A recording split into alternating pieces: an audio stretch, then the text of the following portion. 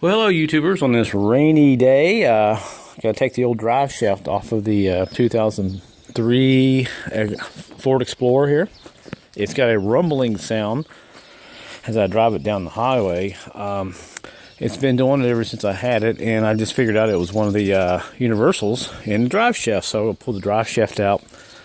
Now, a lot of people struggle getting this drive shaft out. I'm going to show you the best way to do it. It's pretty easy to do.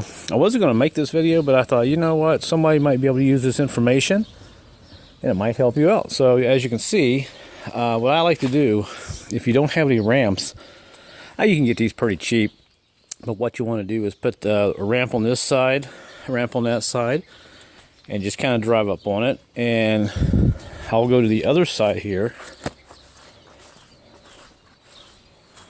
and block the wheels so they don't go nowhere. And you can see I got some blocks there, and don't bother pulling the emergency brake, because what you want to do is leave this wheel free, get you another jack, and kind of jack it up back here.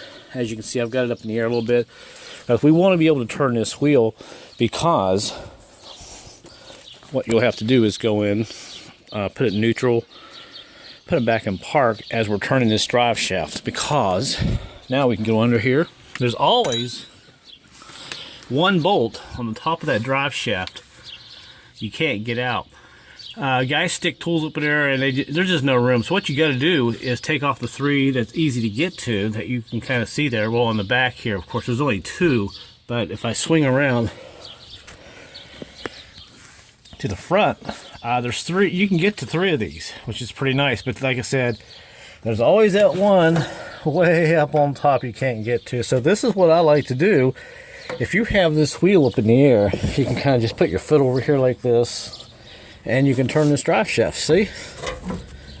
And it makes it easier to spin the drive shaft around and go ahead and take these bolts out. Now I've got this one spun around here, and I took out the last one right there, and these are 12 millimeter. And they are in, so all the bolts are out of the front of this flange. All I have to do now is take out these bolts, and these are 12 millimeter too. Now you'll have to get you either a I'm using just a regular ratchet and a socket here and a little pipe to give me some leverage. And once you get all three of those out, just simply go inside, put it in neutral, spin the tire until that top bolt spins around down to the bottom, and take it out. Then you can take your drive shaft out. So I'm going to go ahead and pull this these bolts out of the back, and we'll pop this drive shaft out.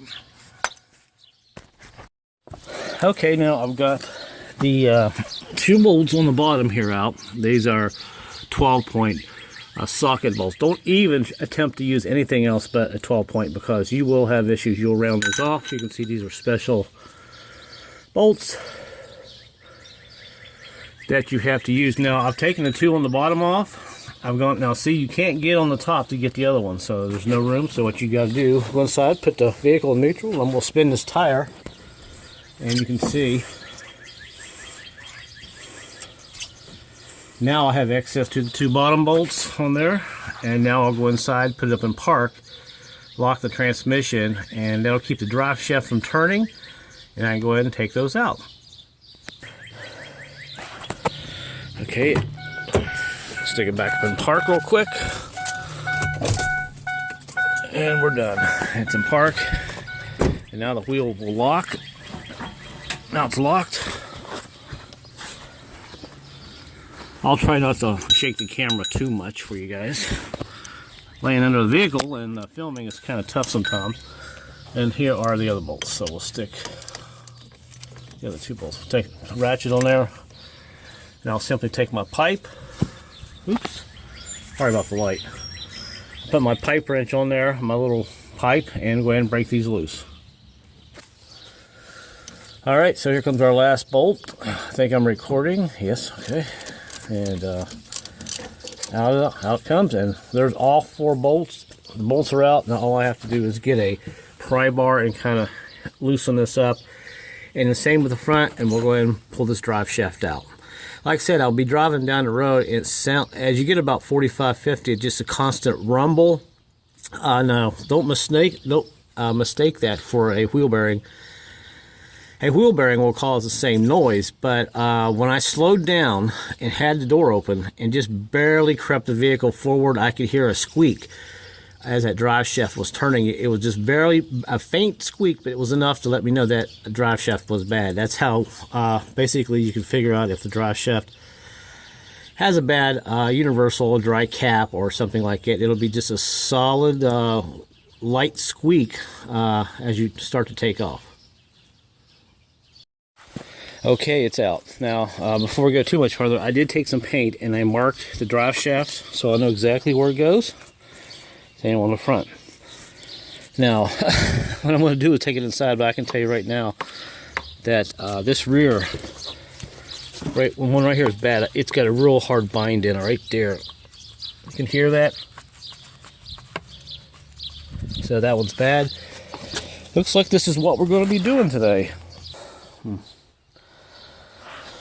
Alright, just like I said, this one was bad. I can't even hardly turn it there. This one's really bad. Wow. I can't even turn that right there. And also, the front of it's bad. This one's bad. Yeah, I can feel it. So it looks like I'm going to be replacing both of those. So off to the parts store I go. I do have a press.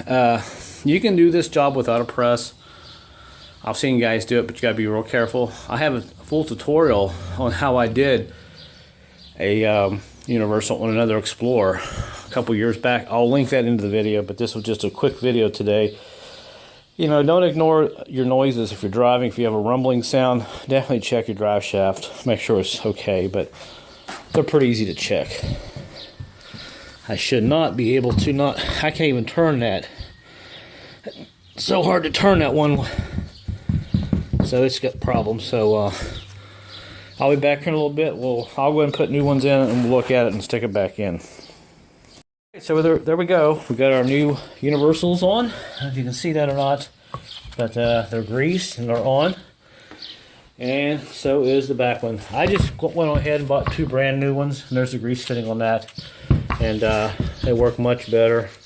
The other ones were pretty much shot. Matter of fact, here is the one I took out.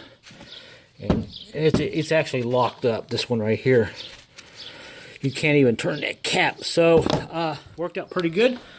So now, we'll go stick it in, and next time we come back, we'll be driving the vehicle, and I'll let you know how it sounds. The sound, that rumbling sound should be gone.